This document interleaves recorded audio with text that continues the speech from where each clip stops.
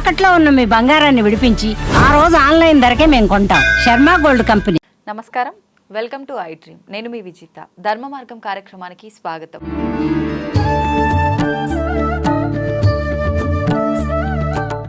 ప్రస్తుతం మనతో పాటు ఉన్నారు శ్రీరామభద్ర క్షేత్రం నుంచి సంతోష్ కుమార్ గారు. ఇప్పుడు వారితో మాట్లాడి వినాయక చవితి విశిష్టత గురించి అడిగి తెలుసుకుందాం. నమస్కారం అండి. జై శ్రీరామమ్మ. వినాయక చవితి రాబోతోంది మనకు. ముఖ్యంగా వినాయక చవితి అనగానే అందరం కూడా మన శాస్త్రంలో చెప్పింది అయితే మట్టి విగ్రహాన్ని తీసుకొచ్చి పూజించాలి అని చెప్పి, ఇంకొకటి లోపల డొల్లగా ఉండే విగ్రహం అసలు పూజకి పనికిరాదు, నిండుగా ఉండే మట్టి విగ్రహమే పూజించాలి అని చెప్పి. కానీ ఇప్పుడు చూసుకుంటే ప్రతి ఒక్కటి ప్లాస్టర్ ఆఫ్ ప్యారిస్ తోటి రకరకాల రసాయనాలతో కూడుకున్న విగ్రహాలనే ఎక్కువగా మనం ఆరాధిస్తున్నాం. అవి అంత లోపల చూసుకుంటే ఏమి ఉండదు. నిజంగా అలాంటివి పూజలో మనం కనుక ఉపయోగించి పూజ చేస్తే ఆ పూజ ఫలితం కూడా దక్కదని చెప్తుంటారు. ఇదంతా ఏంటండి? ఇదంతా నిజమేనా? అసలు వినాయక చవితి విశిష్టత ఏంటి? లక్ష్మీం తనోతు నితరామితరానపేక్షం అంఘ్రిద్వయం నిగమశాఖిశిఖా ప్రవాలం హైరంబమంబురుహడంబరచౌర్యనిఘ్నం విఘ్నాద్రిభేదశతధారదురం ధరం నః. వినాయక చవితి విశిష్టత భాద్రపద శుద్ధ చతుర్థి. తమిళ ప్రాంతంలో పౌష్ట ప్రథమని అంటుంటారు దీన్ని. పూర్వాభాద్ర ఉత్తరాభాద్ర నక్షత్రంతో కూడుకున్నటువంటి పౌర్ణమి భాద్రపద మాసం. భాద్రపద మాసం అంటేనే భద్రమైనటువంటి అడుగులు, మార్గము అని అర్థం అన్నట్టు. ఈ భాద్రపద శుద్ధ చతుర్థి రోజు వినాయక వైభవం అంటే వినాయకుడు ఆవిర్భవించాడు. ఒక్కొక్క కల్పంలో ఒక్కొక్క విధానం. కృతయుగం, త్రేతాయుగం, ద్వాపర యుగం, ఇలా కల్పాలు, యుగాలు. ఈ కలియుగంలో మాత్రము వినాయక చవితి రోజు తప్పకుండా మృత్తు అంటే మట్టితో చేసినటువంటి మూర్తిని మాత్రమే మనము స్థాపన చేయాలి. మృత్తికే హనమే పాపం అంటే మనకు వేదంలో మహానారాయణంలో చెబుతారన్నట్టు. అన్నీ కూడా ప్రతిష్ఠితే సర్వే తన్మే నిర్నుద మృత్తికే, మట్టితోని చేసినటువంటి వినాయక మూర్తిని మాత్రమే చేయాలి. ఎందుచేతనంటే దీనికి ఒక పరమార్థం కూడా ఉంది. అన్నీ కూడా మట్టిలో నుండి రావడం కదా. సమానత్వానికి అంటే పేదవారు ధనికవారు అని కాకుండా సమానమైనటువంటి భావం కూడా మనకు ఇందులో కనబడుతుంది. ఆ మట్టి నుండే కదండి మనం జీవులు కూడా మట్టి నుండే వస్తాం, మట్టిలోనే అని అంటుంటాం కదా. కాబట్టి ఈ పోషక పదార్థాలన్నీ కూడా మన జీవనాధారానికి వచ్చేటువంటివి కూడా మట్టి నుండే కదా. కావున ఆ రోజు మాత్రం నవాన్నిక దీక్షగా లేకపోతే త్రయాన్నిక దీక్షగా, నవరాత్రములు అని అంటారు కదా, 9 రోజులు ఆ మృతు మట్టితోని ఈ వినాయకుడిని స్థాపించాలి. అది కూడా స్వయంగా పూర్వము తయారు చేసేవారు. కానీ ఈరోజు ఏదో ఒక సంప్రదాయంలో మనం కొనుక్కొని వచ్చి ఆ పత్రి అర్చన ఇవన్నీ కూడా చేస్తుంటాం. ఆ మట్టిలోనే చేసినటువంటి ఆ మహాగణాధిపతిని తటాకం కానివ్వండి, నది కానివ్వండి, సముద్రం కానివ్వండి, అందులో నిమజ్జనం చేయాలి అని అంటారు అన్నట్టు. అంటే ప్రకృతిని రక్షిస్తూ ఉన్నాము అనేటువంటి భావన. ప్రకృతి పురుషులు అని అంటుంటాం కదా. ప్రకృతిని మనం సంరక్షించాలి అని అంటే తప్పకుండా ప్రతి ఒక్కరూ కూడా మట్టితో చేసినటువంటి వినాయకుడిని మాత్రమే ఆరాధించాలి. ఓకే. ముఖ్యంగా గణపతి ఆరాధన, వినాయకుడి ఆరాధన అనేసరికి ముఖ్యంగా 21 రకాల పత్రితో స్వామివారిని పూజించాలని చెప్పి అంటుంటారు. ఎలా అండి? అంటే 21 రకాల పత్రాలు, ఇప్పుడు ఏంటి ఆ పత్రాలు అనేది పేరు వినటమే కానీ ఎలా ఉంటుందనేది తెలీదు. మార్కెట్లోకి వెళ్తే ఇవే అని చెప్పి ఏవో రకరకాల పత్రి అయితే ఇస్తున్నారు. అది ఎంతవరకు నిజమైన పత్రినో కూడా కరెక్ట్గా మనకు తెలీదు. ఇప్పుడు మనం తెలిసి తెలియక ఒక తప్పు చేస్తున్నాం అక్కడ. అన్ని పిచ్చి పిచ్చి ఆకులే ఇస్తున్నారో నిజమైన పత్రినే ఇస్తున్నారో తెలీదు. మరి 21 రకాల పత్రితో పూజించలేమేమో అని అనిపిస్తుంది ప్రస్తుత సమాజంలో. పత్రితో పూజించాల్సిందేనా? ఖచ్చితంగా పూజించకపోయినా అంతే రకమైన ఫలితం కలగాలంటే ఏం చేయాలి?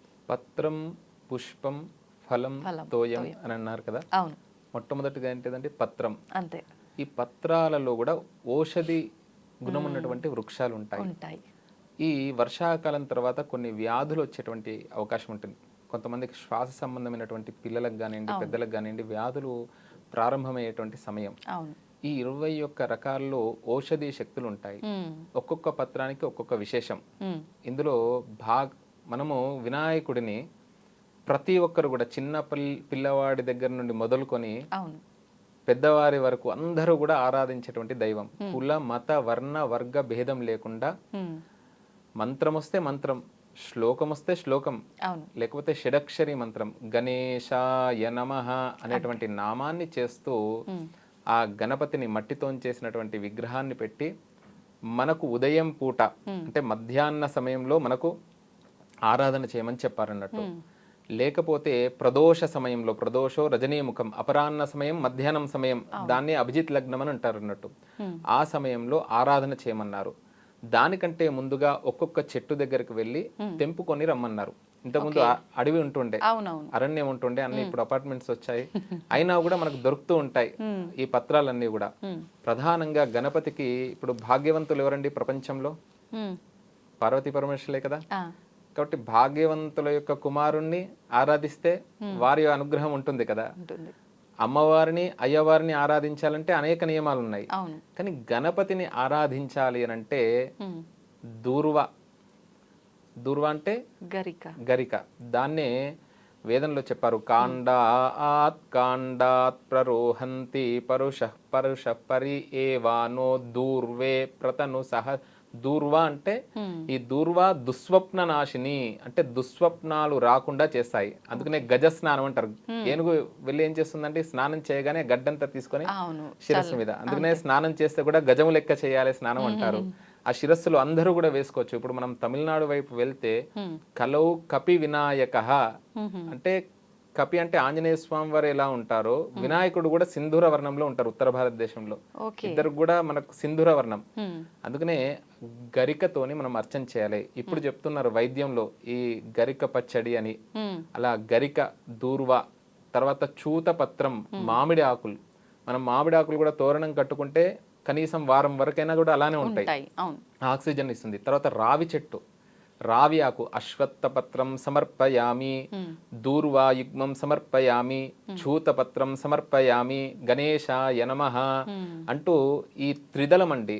ఈరోజు మధుమేహానికి సంబంధించినటువంటి వ్యాధి తొలగిపోవాలంటే, ఎవరికైనా షుగర్ వస్తుంది అన్నా లేకపోతే షుగర్ ఉందన్నా కూడా రోజు కూడా బిల్వపత్రాలు నీటిలో వేసుకొని తాగడం కానివ్వండి, లేకపోతే దాన్ని చూర్ణం చేసుకొని తీసుకోవడం ద్వారా కూడా అలా ఈ అనారోగ్య సమస్యలు అనేటువంటి పోతాయి. జిల్లడు, అర్కపత్రం, అర్కపుష్పం సమర్పయామి, ఇలా 21 పత్రాల్లో మనం ఆ చెట్టు దగ్గరికి వెళ్ళి ఎక్కువసేపు ఉండి మనం ఆ వృక్షాలకు ఉండేటువంటి ఆ ఔషధి గుణాలు ఉన్నటువంటి ఆ వృక్షాలకు ఏవైతే ఉన్నాయో ఆ ఆకులు తెంపి గణపతికి ఆరాధన చేయడం ద్వారా ఇటు ఆధ్యాత్మిక, ఇటు రెండు కూడా ఆరోగ్యమే మహాభాగ్యం అంటారు కదా. అన్ని వ్యాధులకు ఒక్కొక్క పత్రంలో అద్భుతంగా, జిల్లెడులో అసలుకు ఈ త్రిదళం, తర్వాత అశ్వత్థం, సంతానానికి సంబంధించినటువంటి ఏమైనా సమస్యలు ఉంటే పూర్వం అశ్వత్థ అంటే రావి చెట్టు మీద ఉండేటువంటి పండ్లు కింద పడిన తర్వాత దాని యొక్క చూర్ణము, ఆవు పాలు, తర్వాత మిశ్రి కలిపి ఇస్తుండే సంతానానికి సంబంధించి. అంటే ఆయుర్వేదంలో చెప్పారన్నట్టు. అలా అందుకనే రావి చెట్టుకు వేప చెట్టుకు ప్రదక్షిణాలు చేయండి అంటారు. దాని యొక్క గాలి మనకు పడడం ద్వారా ఇలా ఒక్కొక్క పత్రంలో ఒక్కొక్క విశిష్టత ఉన్నది. ఓకే, ముఖ్యంగా మనం వినాయకుడి పండుగని చవితి రోజు మాత్రమే, భాద్రపద మాసంలో వచ్చే చవితి రోజు జరుపుకుంటాం. ఆ రోజే జరుపుకోవడానికి గల కారణం ఏంటి అంటే, ఆ రోజు గణేశుడికి ఆధిపత్యాన్ని ఇచ్చిన రోజు అని చెప్పి అంటాం. అదే రీజన్ అంటారా? మహాగణాధిపతి ఒక్కొక్క యుగంలో, కృతయుగంలో ఒక విధానంగా, ఈ కలియుగంలో మనకు 5 కథ వృత్తాంతాలు ఉన్నాయి. అందులో మహాగణాధిపతి యొక్క ఆవిర్భావ విశిష్టత చాలా విశేషంగా ఉంది. ఇందులో గజాసురుడు అనేటువంటి రాక్షసుడు, అసురుడు అంటే రాక్షసుడు, తపస్సు చేశాడు పరమేశ్వరుడు గురించి. పరమేశ్వరుడు ప్రత్యక్షమయ్యాడు, భోలాశంకరుడు కదా.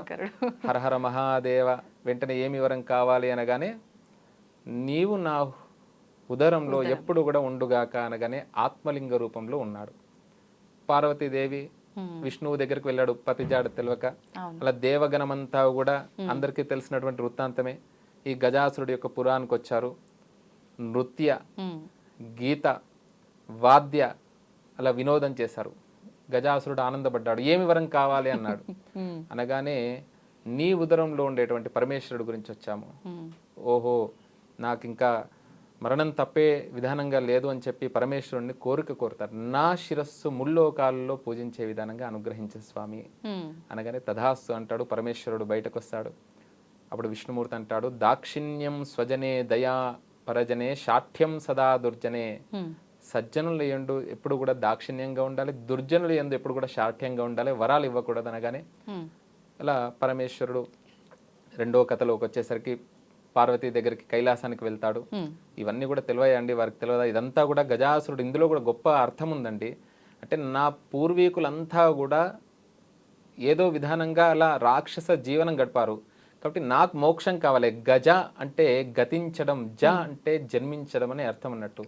కాబట్టి నాకు మోక్షం కావాలి అంటే పరమేశ్వరుడు గురించి తపస్సు చేశాడు. ఇంకా ఇంతటితోని నా ముల్లోకాలు రాను రాను కూడా నన్ను ఆరాధించే విధానంగా, ఎవరో తప్పు చేశారని మనం తప్పు చేయం కదండి, అలా తప్పు చేయకుండా ఉండడానికి అలా గొప్ప అంతరార్థం కూడా ఉంది. పునరపి జననం, పునరపి మరణం, పునరపి జనని జఠరే శయనం అన్నట్టు అలా ఈ గజానుని అర్చించడం ద్వారా, గణపతిని అర్చించడం ద్వారా కూడా గొప్ప యోగాలు అనేటువంటి పడతాయి. ఇందులో ఎంతో పరమార్థం ఉంది. అలా పరమేశ్వరుడు వెళ్ళగానే పార్వతీదేవి, అందరూ నలుగు అని అంటారు, పిండి అంటారు, పిండికి అమ్మవారు ఏం పెట్టుకోలేదండి. ఆ స్వేదం నుండి వచ్చేటువంటి మట్టి ఏదైతే ఉందో ఆ మట్టి ద్వారా ఒక శక్తి తయారు చేసింది కదా, అలా శక్తి గణపతి అయ్యాడు. పరమేశ్వరుడు వెళ్ళాడు, ఆ శిరస్సు తీశాడు. ఉత్తరం వైపు ఉన్నది గజాసురుడు యొక్క శిరస్సు, అందుకనే ఉత్తరం వైపు తల పెట్టుకొని పండుకోవద్దంటారు, దున్నపోతు కూడా పడుకోవద్దని అంటారు అన్నట్టు. అలా శిరస్సు తెచ్చి అతికించారు. అలా శివశక్తులతోనే ఆవిర్భించినటువంటి గణపతి. రెండవ కథలోకి వచ్చేసరికి ఇంకా మళ్ళీ గానాధిపత్యం ఇవ్వాలి కదా. కుమారస్వామి వస్తారు, అన్నకి ఎలా ఇస్తాడు, అతను లంబోదరుడు, అడుగు తీసి అడుగు వేయలేడు, నాకు ఇవ్వండి అని అంటే లేదు లేదు మీకు పరీక్ష చేస్తున్నాం అని చెప్తే, ముల్లోకాలు, పుణ్యక్షేత్రాలు, పుణ్యతీర్థాల్లో ఎవరు స్నానం ఆచరించి వస్తే వారికి గానాధిపత్యం ఇస్తా అంటారు. భూషట్కేన ప్రదక్షిణ కాశీ యాత్ర యుతేన చ సేతు స్నాన శతేజ్యేష్ట తత్ఫలం మాతృవంతే అన్నట్టు గణపతి పార్వతీ పరమేశ్వరులకు మాతృదేవో భవ, పితృదేవో భవ. ఇక్కడ పిల్లలు నేర్చుకోవాల్సింది తల్లిదండ్రులను సేవించాలి. వారిని వృద్ధాశ్రమాల్లో వేసి నువ్వు ఎన్ని చేసినా కూడా ఉపయోగం లేదు. అందుకనే గణపతి యొక్క ఈ వ్రతంలో కూడా అంత అంతరార్థం ఉంది. అలా కుమారస్వామి కంటే ముందుగా వచ్చినట్టు కనబడ్డాడు. ఇదానికి ఆధిపత్యం ఇచ్చారు. తర్వాత ఇచ్చిన తర్వాత ఎవరైనా పిల్లలు గెలిస్తే ఏం చేస్తారండి, ముందుగా తల్లికి తండ్రికి వచ్చి చెప్పుకుంటారు కదా, నన్ను అందరూ కూడా ఆరాధించారని చెప్పి ఆ మహాగణాధిపతి కైలాసానికి వచ్చి పార్వతీ పరమేశ్వరులకు ముందుగా బహుమతి రాగానే వారికే చూపిస్తారు కదా. అలా తల్లికి తండ్రికి చూపించే సమయంలో చంద్రుడు స్మితం మంచిది, హసితం మంచిది పరిహసించాడు. వెంటనే పడిపోయాడు గణపతి. ఆ చంద్రుడిని చూసి శపించింది, నిన్నెవరైతే చూస్తారో వారికి నీలాప నిందలు. అంటే చవితి రోజు కాదు, మొత్తము కూడా మొత్తానికి. అప్పుడు వెంటనే ఋషిపతులు చంద్రదర్శనం లేనిది నక్తం చేస్తుంటారు కదా చాలా మంది, అందరూ వచ్చేసి ఎలా అమ్మా అంటే, ఎవరైతే మరల తిరిగి ఆ గణపతికి ఆ దేవతల శక్తిని అంతా కూడా ప్రసాదించినాక అనేక ఆయుధాలతోనే ఆ మహాగణాధిపతిని శక్తి గణపతి అయిన సమయంలో ఎవరైతే భాద్రపద శుద్ధ చతుర్థి రోజు చంద్రదర్శనం చేస్తారో వారికి నీలాప నింద అంటారు. అన్న తర్వాత కొన్ని రోజుల తర్వాత ద్వాపర యుగం, రాముడే కృష్ణుడిగా అవతరించాడు. ఆ కృష్ణ పరమాత్మ ఆ వెండి పాత్రలో క్షీరాన్ని తీసుకుంటూ ఉన్న సమయంలో చంద్రుడి యొక్క ప్రతిబింబాన్ని దర్శిస్తాడు. అది భాద్రపద శుద్ధ చవితి. వెంటనే ఈ రోజు ఏమి నింద జరుగుతుందో అని అనుకున్నాడు. వెంటనే దానికంటే ముందు జరిగిన వృత్తాంతం ఏంటిదంటే, శమంతక మణి, అది సత్రాజిత్తు తపస్సు చేసి సూర్యుడి గురించి, అందుకనే సూర్యోదయానికి ఎవరైతే ఉదయమే 4 గంటలకు లేచి నిత్యకృత్యములు నెరవేర్చుకొని అనుష్ఠానం చేస్తూ ఉంటారో వారికి విజయానికి అదే ప్రతీకనంట. ఎవరైనా బాగా సక్సెస్ అయ్యారంటే వారు సూర్యోదయానికి ముందుగానే లేస్తారని అర్థం అన్నట్టు. ఆ విధానంగా సూర్యుడి గురించి బాగా తపస్సు చేశాడు, శమంతక మణిని పొందాడు. అప్పుడు శ్రీకృష్ణ పరమాత్మ వచ్చి ఆ మణిని అడిగితే, లేదు లేదు ఈ కృష్ణ పరమాత్మ నా దగ్గర ఎలాగైనా తీసుకుంటాడు, కాబట్టి నాకంటే బలవంతుడైనటువంటి ప్రసేనజిత్తు తన తమ్ముడికి ఇచ్చాడు, శత్రుజిత్తు. అలా ప్రసేనజిత్తు అరణ్యానికి వెళ్ళాడు. వెళ్ళిన సమయంలో ఒక సింహము ఆ మణిని చూసి ఏదో ఒక మాంసపు పదార్థం అనుకొని ఈ ప్రసేనజిత్తుని సంహరించింది. ఆ సింహం సంహరించి ఆ మణిని తీసుకొని వెళ్ళింది. ఎప్పుడు కూడా సూర్యుడు భగవానుడు ఒక వరాన్ని ఇచ్చిందండి, ఎవరైతే శుచిగా ఉండారో, ఎవరైతే శుభ్రంగా ఉండారో, మానసికంగా అండి శారీరకంగా అండి, అక్కడ ఈ మణి నిలవది. అందుకనే సంపద కొంతమంది దగ్గర ఉండదండి. నా దగ్గర ఎంత సంపాదించినా కూడా ఉండలేదు అని అంటే అతను శారీరకంగా శుచిగా లేడు, మానసికంగా లేదు. ద్రవ్యం ఎందుకు ఉంటుందండి? ఇంట్లో ఎలా ఉంటాడో బయట ఎలా ఉంటాడో ఇంట్లో కూడా అలానే ఉండాలి. ఎప్పుడు ఒకే విధానంగా ఉండాలి. శుచి శుభ్రత చాలా ముఖ్యం అనేటువంటిది అర్థమవుతుంది. ఈ సింహం సంహరించినందుకు సింహం దగ్గర కూడా ఉండదు. జాంబవంతుడి యొక్క గుహలోకి వెళ్ళగానే జాంబవంతుడు సింహాన్ని సంహరించాడు. ఆ మణిని తీసుకొని జాంబవతి అయినటువంటి తన కూతురికి ఇచ్చాడు. శ్రీకృష్ణ పరమాత్మకు నిందపడ్డది కదా, నా తమ్ముణ్ణి సోదరుణ్ణి ఇతనే సంహరించాడని. వెంటనే ప్రసేనజిత్తు వెతుక్కుంటూ కృష్ణ పరమాత్మ కొంతమందిని తీసుకొని అలా ఆ పరివారంతో వెళ్ళాడు. చతుష్పదం అన్న విధానంగా వెళ్ళిన తర్వాత సింహం యొక్క అడుగుజాడలు, తర్వాత ఆ జాంబవంతుడి యొక్క గుహలోకి వెళ్ళగానే జాంబవంతుడు వెంటనే ఈ కృష్ణ పరమాత్మ యొక్క కాంతికి ఆ గుహంతా కూడా వెలుగుతూ ఉండడంతో వెంటనే శ్రీకృష్ణ పరమాత్మ మీద పడి మళ్ళీ యుద్ధం చేశారు. వాళ్ళకు కొన్ని రోజులంటే మనకు కొన్ని సంవత్సరాలు అన్నట్టు.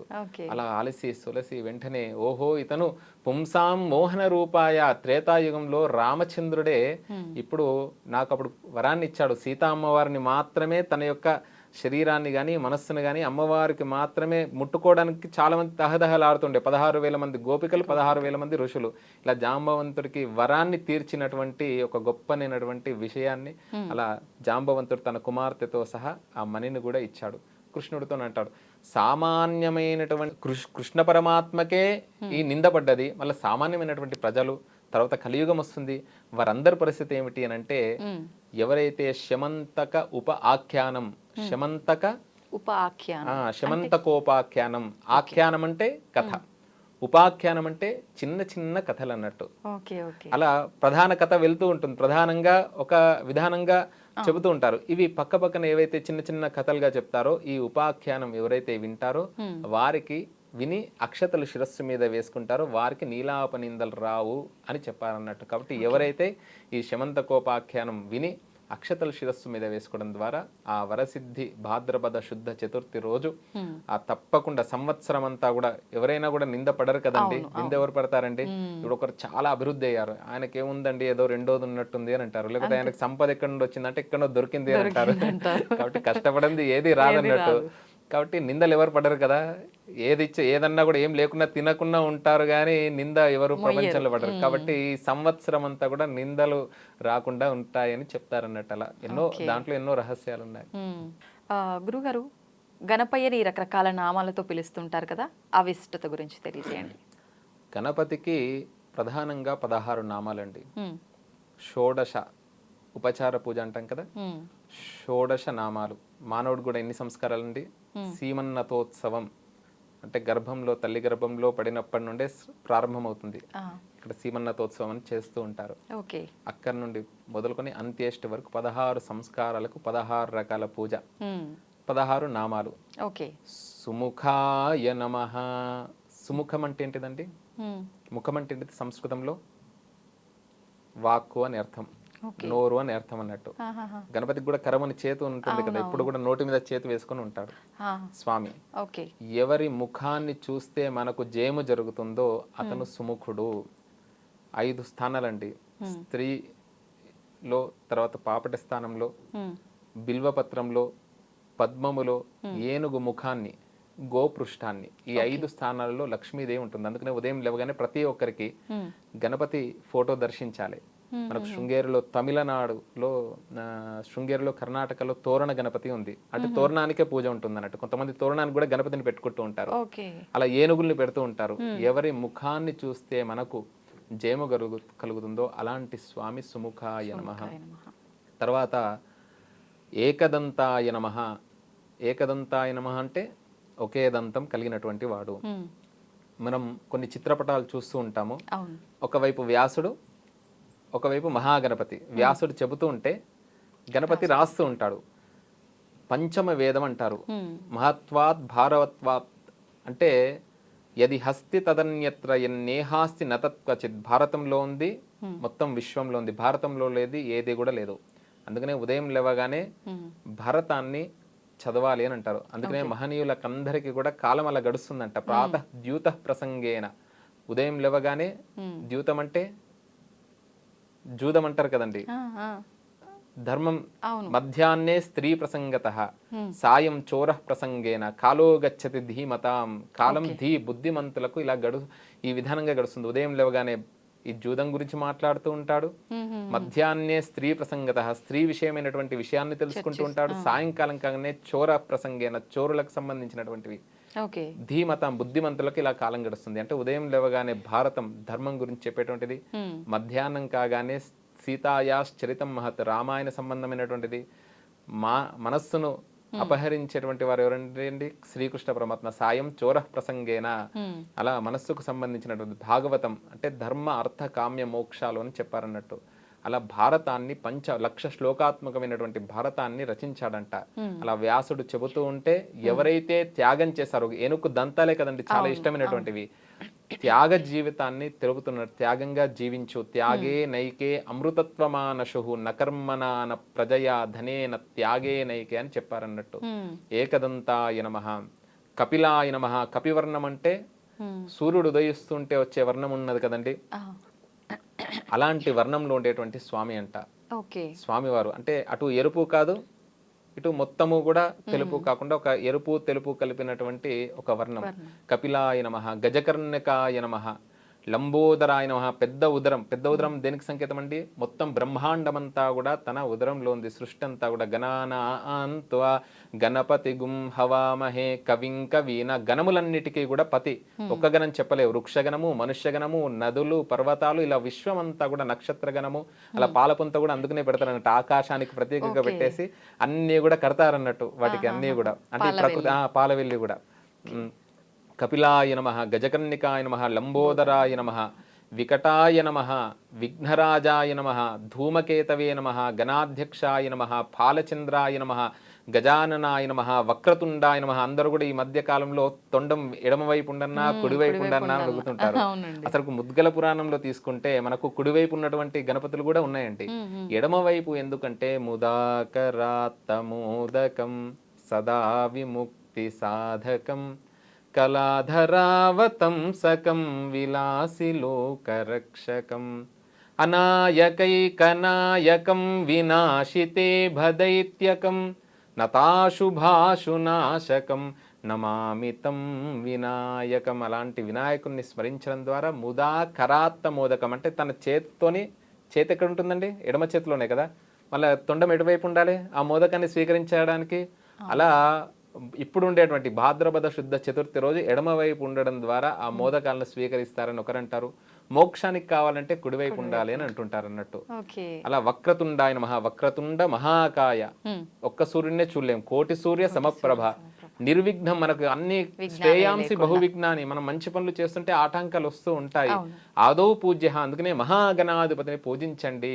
నిర్విఘ్నం కురుమే దేవ మమ సర్వకార్యేషు. ఒక్క కార్యం కాదు స్వామి, చిన్న పని నుండి మొదలుపెట్టి ఏ పనైనా సరే, మీరు ఒక ఉద్యోగానికి వెళ్ళినా, విద్యార్థి విద్య ప్రారంభం చేసిన గణపతికే పూజింపజేస్తాం కదండి. అలా చిన్న పని నుండి పెద్ద కార్యం వరకు ఏ కార్యమైనా కూడా ఆయనకు కూడా పెద్ద పూజ అవసరం లేదండి. కొబ్బరికాయ, తర్వాత బెల్లము, అటుకులు, చిన్న చిన్న పదార్థాలు అందరూ కూడా మాన్యుల నుండి సామాన్యులు అంటే అందరూ కూడా చేసుకోవడానికి అవకాశం ఉంటుంది. గణపతిని అనేక నియమాలు లేవు. వక్రతుండాయ నమః, శూర్పకర్ణాయ నమః. పెద్ద చెవులండి, అంటే వినడం ఎక్కువగా నేర్చుకోవాలి. చిన్న నోరు ఉంటుంది, సూక్ష్మ దృష్టి ఉండాలి, ముందు చూపు ఉండాలి అని అంటుంటారు కదా.